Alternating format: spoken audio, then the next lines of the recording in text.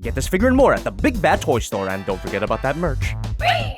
Hey, my name is Jobby, and today we're taking a look at the Transformers Masterpiece Beast Wars Megatron. You know I've been looking forward to this. Old Grapeface here is the latest in a series of Beast Wars Masterpiece figures, and I made videos on all of them so far. Let's go. The Beast Wars version of Megatron was actually my introduction to the concept of Megatron. Of course, I was only 5 when I watched Beast Wars, so I don't really remember Megatron as a character until I recently rewatched the entire series front to back. Special thanks to Christopher and David Nabrotsky for providing the complete series to me. Not to mention, it's signed by a certain someone, yes? I was pretty surprised by how much I enjoyed Beast Wars. It's a legitimately good show, and that's thanks to a great cast of characters, including a great villain here. I really liked how cunning and deliciously evil he was. And of course, the character wouldn't be half as memorable if it wasn't for the sultry, treacherous tones of David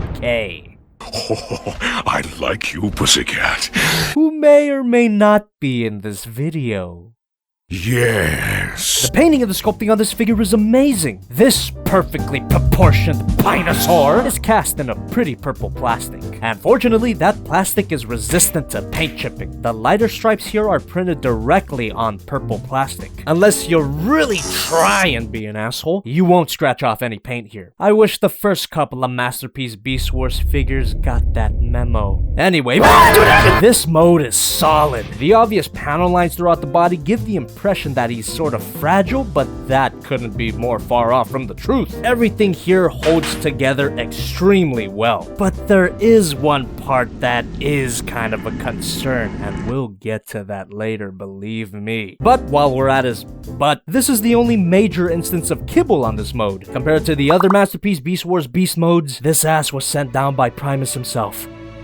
Takara knows what the hell they're doing. The lack of any major kibble makes this guy that much more show accurate, which, to be fair to the rest of the line, seems to be a continuing trend. Especially when it comes to the face sculpt, Takara knows how to really capture the character here. You can even get an extra degree of expressiveness using these poseable eyes. These basically act as a fairly unlimited ball joint. This face sculpt is so full of life that you could just imagine the succulent tones of David Kaye coming out of it. But why would we imagine a voice when we have a talking feature? First, you want to open his mouth.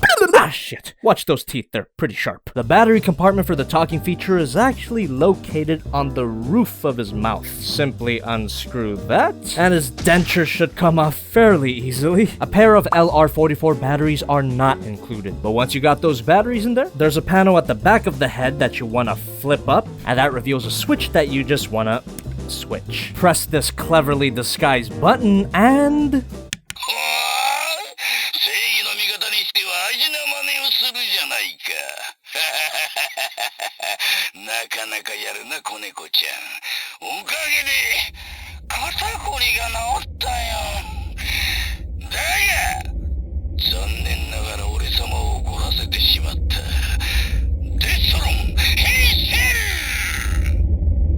That ain't David Kaye. Well, what could you do? This is a Japanese figure after all, so of course it'd be using the Japanese dub of Beast Wars.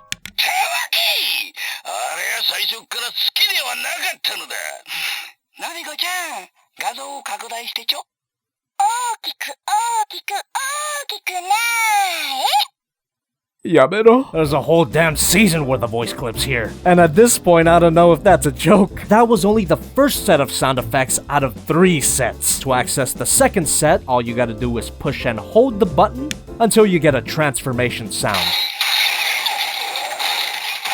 That opens up a whole Pandora's box of very strange and I'm sure hilarious voice clips.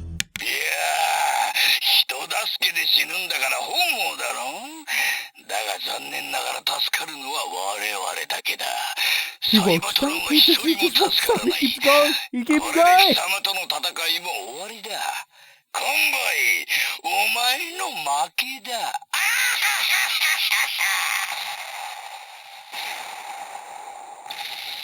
Look, I'm sure the Japanese voice actor here is having a bunch of fun and it's sure to delight Japanese fans. But he ain't my Megatron. Yes. Maximal scum. Megatron does not yield. He conquers.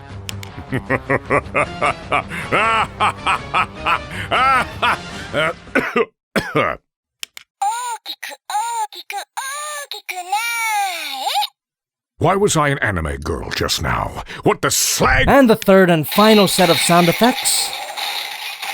You get some laser blast sounds. And to accompany those sound effects, you get a laser effect part. Shove it down his throat hole, and this will be a lot more relevant in his robot mode. You also get a cool looking card with some stats on the back. Yippee! And most of this guy's accessories are more relevant in the robot mode. But for the T-Rex mode specifically, you get a stand adapter that slides onto his Dino Dong, and that plugs into the stand included with Masterpiece Dinobot. You'd think he'd come with his own stand for booting up cold. And the stand opens up for a variety of poses, which includes rotation at the neck. He can look up and down and side to side. Rotation at the shoulders. Arm moves out. Bicep rotation. No elbow joint. No rotation at the thigh. Understandable due to the transformation. You could untab that, which allows a spread, but that doesn't look that great. But you do get a bend at the knee, another bend, and his toes are individual. You could wiggle the tail somewhat due to the robot inside, and at the very end of the tail, you get a hinge joint. Won't be using it anytime soon because it totally breaks the sculpt. So the posability here is kind of limited, but it's a lot compared to most Transformers Beast modes, and he looks so good just standing normally that I don't really care. This guy is just begging to be displayed. He has some presence. I suppose that's just a fancy way of saying this guy is a big boy. Here's Masterpiece Optimus Primal, Masterpiece Cheetor, Masterpiece Dinobot, Madaga Godzilla Prime, and the perfect effect Megadoragon. Seeing Dinobot with all my Beast Wars figures may have given me a nostalgia blast, but add Megatron to the mix and you could call it a nostalgia tsunami! The T-Rex mode here is borderline perfect, so I have to wonder how could he get any better, of course. The instructions here are a little overly big. It's like these instructions were printed for an idiot. Oh, you also get this tiny sheet which seems to be amendments to the instructions. The transformation's actually not that hard. Let's get into it. Megatron, terrorize! First thing you want to do is roll up his eyes as far as they can go. That gives him those show-accurate dead eyes. So just like the original toy from the 90s, this version of Megatron is sort of a shell former, which basically means the main part of the Dino mode is comprised of two halves. Now what you want to do is apply slight pressure to the halves, and that'll make separating this neck piece that much easier. Untab these thigh parts. And to make things easier on myself, I just like to remove these thigh pieces altogether. It's not parts forming. You could transform this guy with these on him, but I just like to remove the fuck off. Come to the chest. Lifting these panels early on makes things easier. Now, we're gonna come to the back and fillet him open, and he unfolds very easily. Lift this head up until it snaps. While the head looks fine as is, I like to go underneath the head here and pop out this hidden double hinge joint. That gives him a little more of a neck. Lift this tail up to get it out of the way. Bend these legs fairly carefully. We'll get to why later. Straighten out those legs. And twist this calf around. This whole crotch piece pushes outward, and we could go ahead and flip out these die-cast metal heels. These are in fact cold to the touch. Now, this whole torso area actually has to extend upwards, and it's scarily tight at first, but you just gotta there we go. I like to keep my thumb here applying pressure as not to rip it out of its socket. With this extended, this spins around, and this panel folds down. At this point, I like to remove the kibble halves. Again, not parts forming. You can perfectly transform this guy with these pieces on the figure, but I just don't want them to fall out of place. Now we can bend that extended torso upwards, and this just collapses and snaps. While we're at the back, might as well open his ass. That is some excellent kibble management. Coming to the T-Rex head, this die-cast metal strut extends and snaps. As for the tail arm, panels unpeg, make sure the tip is straightened out so this whole flap can fold forward. Now we can pull on this to release the hand, fold up the tail until these parts click in together, and you gotta fold up the tail just one more time to keep it flush. And you want to push these shoulders back. They should snap into place. So that's basically the robot mode, but he doesn't look complete without this kibble. Open that thigh, fold that in, and we can flip out these Side guns. close that back up, pegs in, and this little extra piece just snaps in. Same for the other one. Plug them into the legs. And now for his wings. You're basically folding them up like origami. There's actually a tab here that connects to a hole. Fold that in. This part should tab into this hole, but it's not that great of a connection. Now this panel folds down, and this shoulder section lifts up. Fold this whole chunk up too, and this tab is gonna go into there. That's gonna solidify the wing. Rotate these shoulders down to complete the look. You can slide these guys back to where they came from, and they actually fold in even more. Bring them as close together as you can, and they peg in together at the bottom here. Sure, it's a messy solution to get that compact back cable from the show, but I'd say it's a job well done, because the painting of the sculpting on the robot mode is also amazing. This big, beautiful behemoth is covered in brilliant metallic paint, and thankfully that paint is also resistant to paint chipping. It's quite durable. To my everlasting delight, this means that you get to play with the Don't worry, we'll cover that soon. It's really impressive that this guy's sculpt looks like it was ripped straight from the TV show. That pure Roger Rabbit effect never fails to impress me with these Masterpiece Beast Wars toys. It's the physical manifestation of a horrible 90s CGI model. Now hold on a second. It feels like every time I bring up Beast Wars I have to roast the animation quality, but you know what?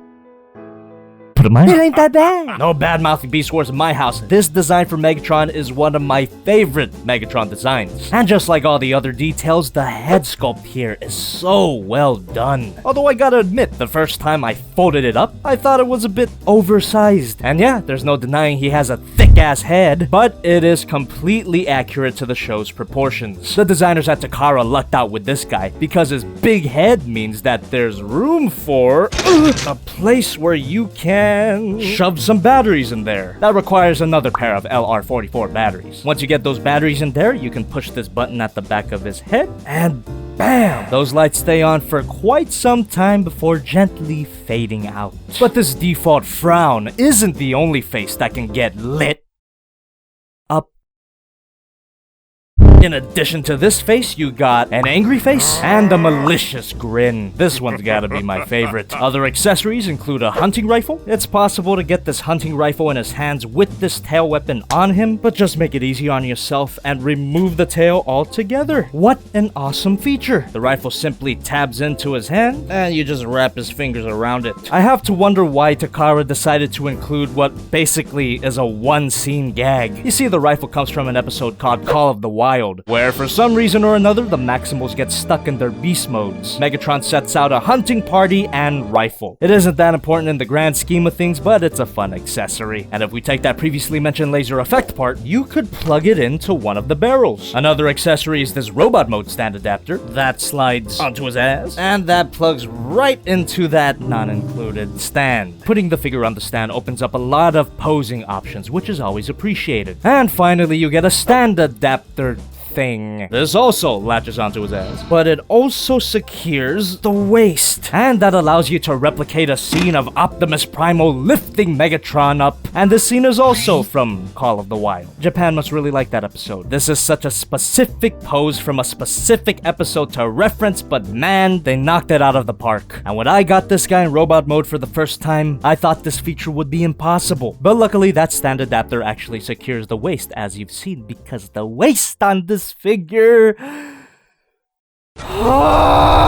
This figure's waist is too damn loose. I'm just applying light pressure and it spins for booting up cold! Now I did try to go in there and tighten up that joint with some future floor polish, and that did work for a while. Excessive rotation kind of chipped away at that gloss. If you guys don't know about the future floor polish fix, I suggest you go check out the links in the description. Works most of the time. And maybe it'll work here. Maybe I just have to be a little more patient in its drying time. But as of now, experiment failed. dream shattered. What's even more disappointing is that everything else is nice and tight. The waist stands out that much more. I would hope this isn't a widespread issue and it's just mine, but my fellow toy reviewer Balt Matrix told me that his copy has the same issue. Dream shattered. As disgusting as this loose waist might feel, at least it won't break anytime soon.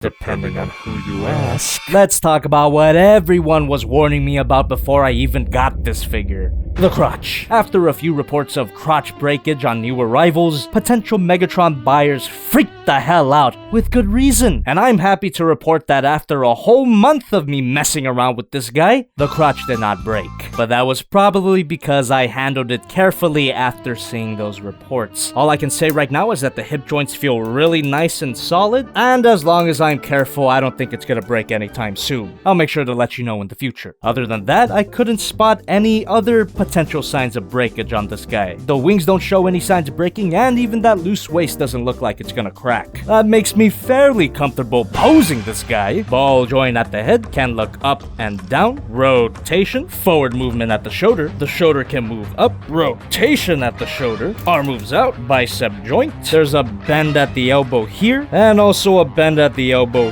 here. Let me just take this tail off again. Wrist moves up and down. Rotation, and the thumb and fingers can open up. His index finger is separate from his other two fingers.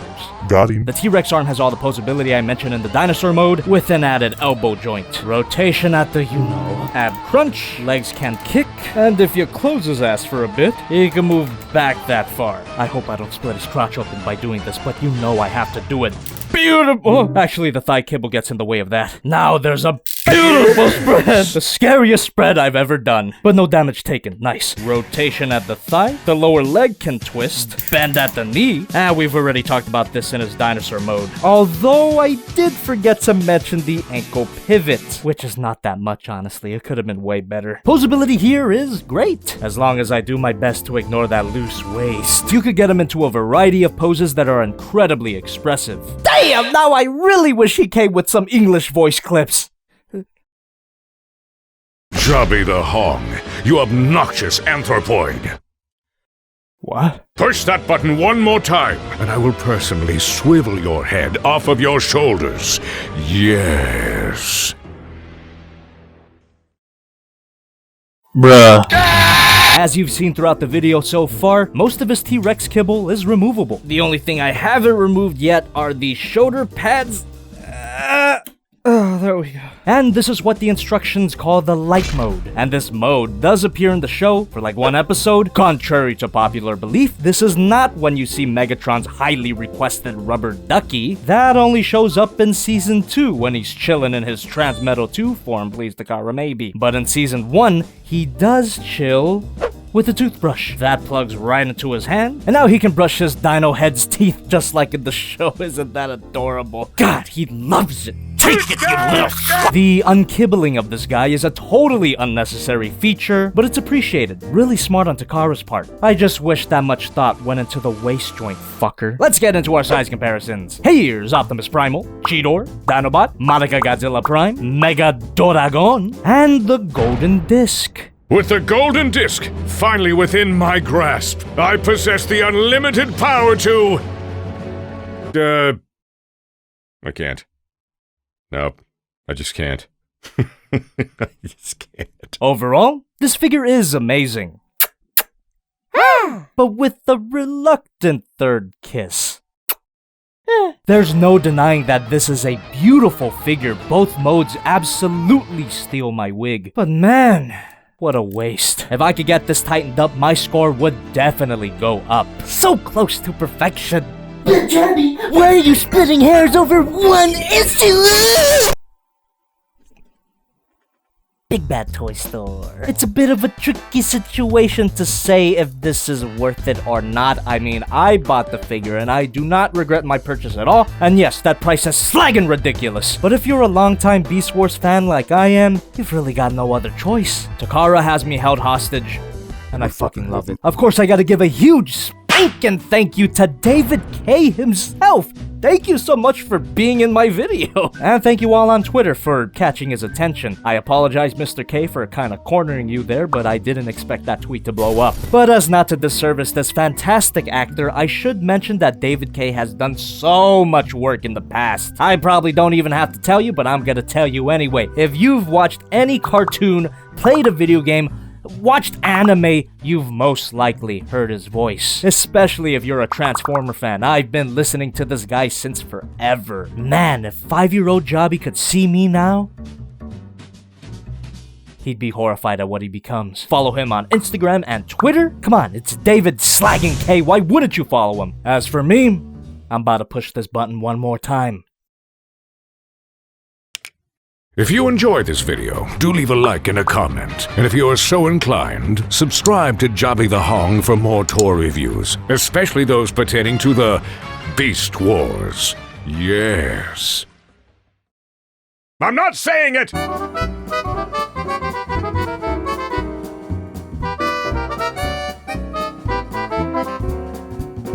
When a spark goes online, there's great joy. When one's extinguished, the universe weeps.